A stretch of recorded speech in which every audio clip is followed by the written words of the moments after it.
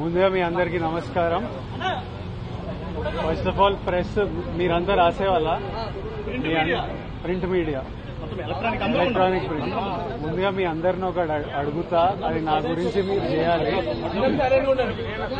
ఇప్పుడు మీ ఛానళ్లలో headlines scrolling లో ఇల్లీగల్ బెట్టింగ్ యాప్స్ లో నాకు పిలిచారని స్క్రోలింగ్ నడుస్తుంటది, హెడ్లైన్స్ నడుస్తుంటది నాకు తెలుసు.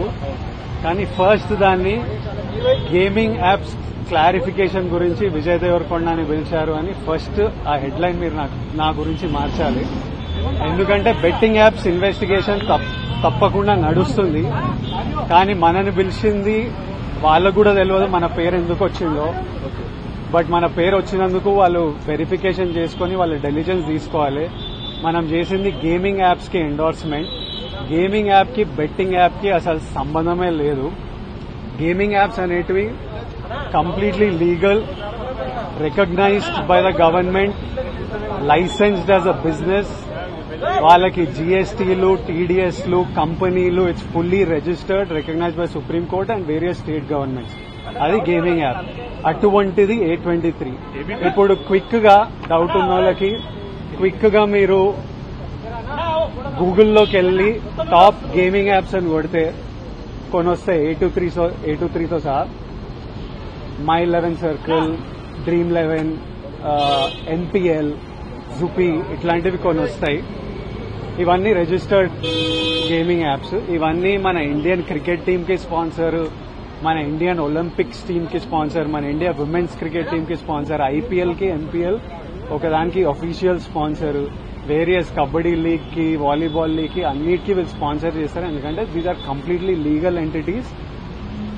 ఇండియన్ ఒలింపిక్స్ టీమ్ కి స్పాన్సర్ చేయాలంటే లీగల్ ఉండాలా వద్దా? సో ఫస్ట్ ఆఫ్ ఆల్ ఈ గేమింగ్ యాప్స్ ని, ఇల్లీగల్ బెట్టింగ్ యాప్స్ ని మీరు సపరేట్ చేయాలి. అది జర్నలిస్ట్ గా మీ రెస్పాన్సిబిలిటీ. నా మీద మీకు ఆ రెస్పాన్సిబిలిటీ ఉండాలని కోరుకున్నా. కానీ మన పేరు వచ్చింది కాబట్టి కొన్ని క్లారిఫికేషన్స్ అడిగారు. ఆ clarification account details, transaction details ఏంటి, ఆ కంపెనీ అవన్నీ పంపించేసినాము. ఇంతటితో సమాప్తం. Thank you.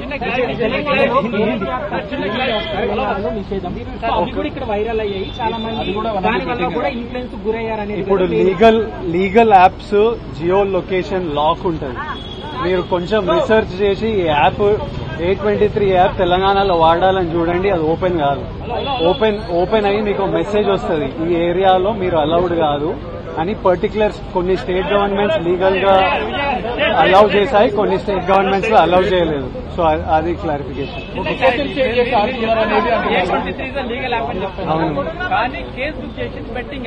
అవును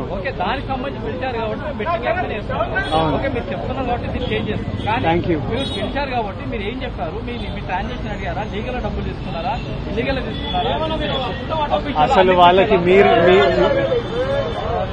మీకు చెప్పింది వాళ్ళకి చెప్పడం జరిగింది. వాళ్ళ డెలిజెన్స్ ప్రకారం contracts, app details, agency details, financial details అన్ని తీసుకుంటారు. అవి తీసుకున్నారు. దాంతో they are very satisfied. If anything else you will get to know. మీ అందరికీ ఫ్యూచర్ లో తెలుస్తుంది. Thank you guys.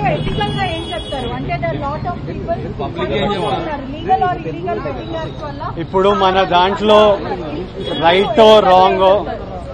రైటో రాంగో మన దేశంలో డిసైడ్ చేయడానికి సుప్రీంకోర్టు ఉంది, స్టేట్ గవర్నమెంట్లు ఉన్నాయి.